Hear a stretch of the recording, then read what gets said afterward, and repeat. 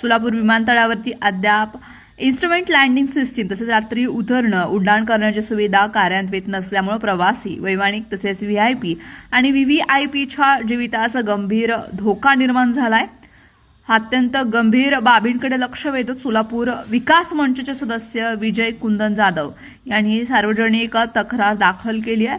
या तक्रारीवरती उत्तर देताना नागरी विमान वाहतूक महासंचालयानं स्पष्ट केले की सोलापूर विमानतळाला सध्या केवळ व्हिज्युअल फ्लाईट रूल अंतर्गत म्हणजेच फक्त दिवसा उड्डाणासाठीच परवाना देण्यात आलाय। त्यामुळे इन्स्ट्रुमेंट लँडिंग सिस्टीम आणि रात्री लँडिंग टेक ऑफ सुविधा सध्या नियमितदृष्ट्या बंधनकारक नसल्याचं सांगण्यात आलं आहे। मात्र ही सुविधा बसवण्यासाठी भारतीय विमानतळ प्राधिकरणाकडून अद्याप कोणताही प्रस्ताव हा सादर करण्यात आला नसल्याचं धक्कादायक बाब सोलापूर हवाई अड्डा या उत्तरामधून समोर आले आहे। या पार्श्वभूमीवर एक प्रत्यक्ष अनुभव अधोरेखित करत विजय जाधव यांनी सांगितलं की मागील वर्षी 15 जून 2025 रोजी सोलापूर गोवा फ्लाय 91 विमानसेवेच्या उद्घाटन प्रसंगी मुख्यमंत्री देवेंद्र फडणवीस हे मुंबईहून सोलापूरकडे येणार होते।